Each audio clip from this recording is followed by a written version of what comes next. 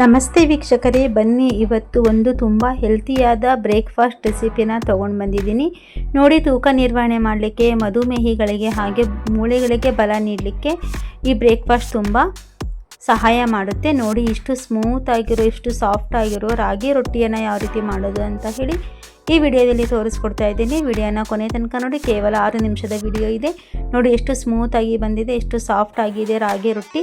ಇದೇ ರೀತಿ smooth and soft ಆಗಿರೋ ರಾಗಿ ರೊಟ್ಟಿ ಮಾಡಲಿಕ್ಕೆ ಯಾವೆಲ್ಲ ಇಂಗ್ರೀಡಿಯೆಂಟ್ಸ್ನ ಮಿಕ್ಸ್ ಮಾಡಬೇಕು ಅಂತ ತೋರಿಸ್ತೀನಿ.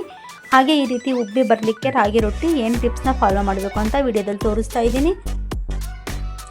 ಬನ್ನಿ ಹಾಗಿದ್ರೆ ವಿಡಿಯೋನ ನೋಡ್ಕೊಂಡು ಬಿಡೋಣ, ಸ್ಟಾರ್ಟ್ ಮಾಡೋಣ. ಹಾಗೆ ನೋಡಿ, ನಮ್ಮ ಚಾನಲ್ನ ಸಬ್ಸ್ಕ್ರೈಬ್ ಮಾಡಿದರೆ ದಯವಿಟ್ಟು ಚಾನಲ್ನ ಸಬ್ಸ್ಕ್ರೈಬ್ ಮಾಡಿಬಿಟ್ಟು ವಿಡಿಯೋಸ್ನ ನೋಡಿ.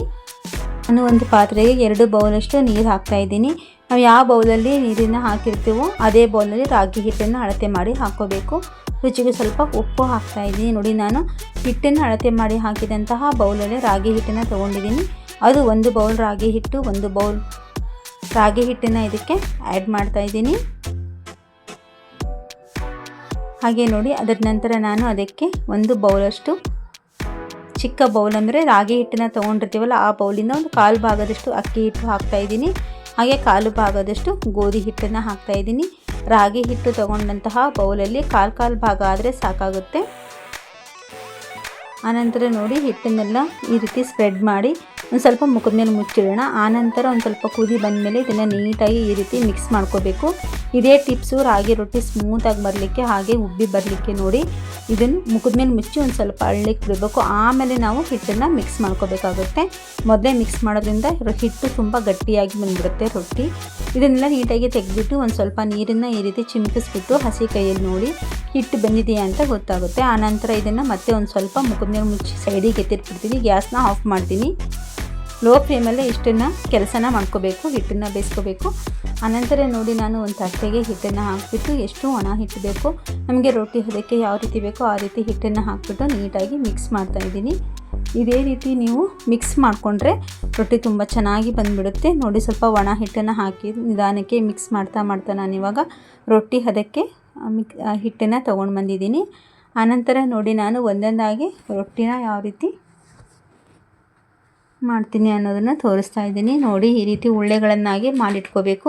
ನನಗೆ ಅಷ್ಟು ಹಿಟ್ಟಿಂದ ಒಂದು 12ರಿಂದ 13 ರೊಟ್ಟಿ ಆಯಿತು.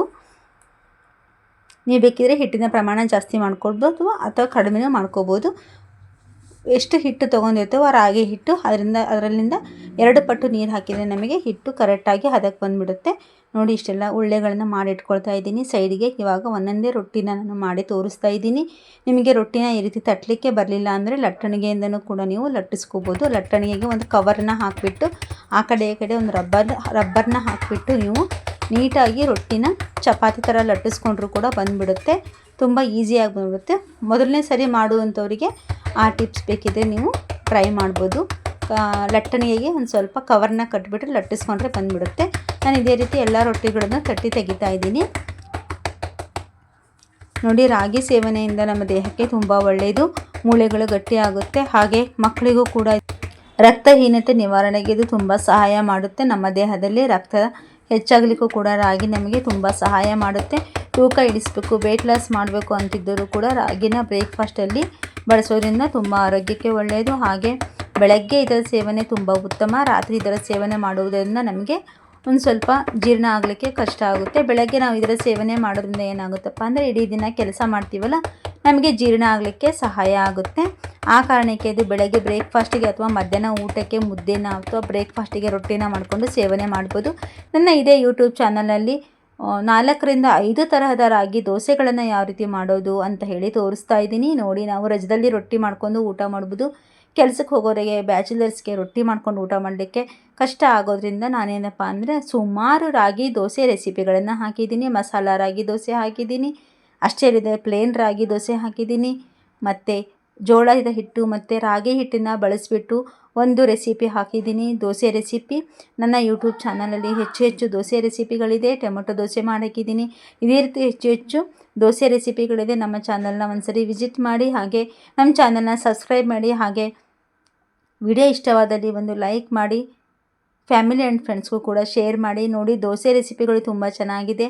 ನಾನು ಹೆಲ್ತ್ ಟಿಪ್ಸ್ ಜೊತೆಗೆ ನಾನು ರೆಸಿಪಿಗಳನ್ನು ತೋರಿಸೋದ್ರಿಂದ ನಿಮಗೆ ಒಂದು ಸ್ವಲ್ಪ ಕಷ್ಟ ಆಗ್ಬೋದು, ವಿಡಿಯೋ ಲಾಂಗ್ ಆಗ್ಬೋದು. ಅದಕ್ಕೆ ನೋಡಿ ಇವಾಗ ಕೇವಲ 6 ನಿಮಿಷದ ವಿಡಿಯೋ ಹಾಕಿದ್ದೀನಿ. ಕೆಲವೊಂದು ರೆಸಿಪಿಗಳು ಸಾಂಬಾರ್ ರೆಸಿಪಿಗಳು 3 ನಿಮಿಷದಲ್ಲಿ 5 ನಿಮಿಷದಲ್ಲಿ ರೆಡಿ ಮಾಡೋ ಸಾಂಬಾರ್ ರೆಸಿಪಿಗಳು ಕೂಡ ಇದೆ. ನಾನು ಮೊನ್ನೆ ಒಂದು ಸ್ವಲ್ಪ ಗದ್ದೆಯಿಂದ ತಂದುಬಿಟ್ಟು ಸೊಪ್ಪು ರೆಸಿಪಿ ಮಾಡಿದ್ದು ಸ್ವಲ್ಪ ಹೆಚ್ಚಿಗೆ ವ್ಯೂಸ್ ಬಂದಿದೆ. ಅದಕ್ಕೆ ನಾನು ಸ್ವಲ್ಪ ಜಾಸ್ತಿ ಪ್ರಮಾಣದ ಆರೋಗ್ಯದ ಬೆನಿಫಿಟ್ಸ್ಗಳನ್ನು ಹೇಳುವಂತಹ ಸಂದರ್ಭ ಬಂತು. ಒಂದೇ ವಿಡಿಯೋದಲ್ಲಿ ಎಲ್ಲ ಮಾಹಿತಿಗಳು ನಿಮಗೆ ಸಿಗುತ್ತೆ ಅನ್ನೋ ಕಾರಣಕ್ಕೆ.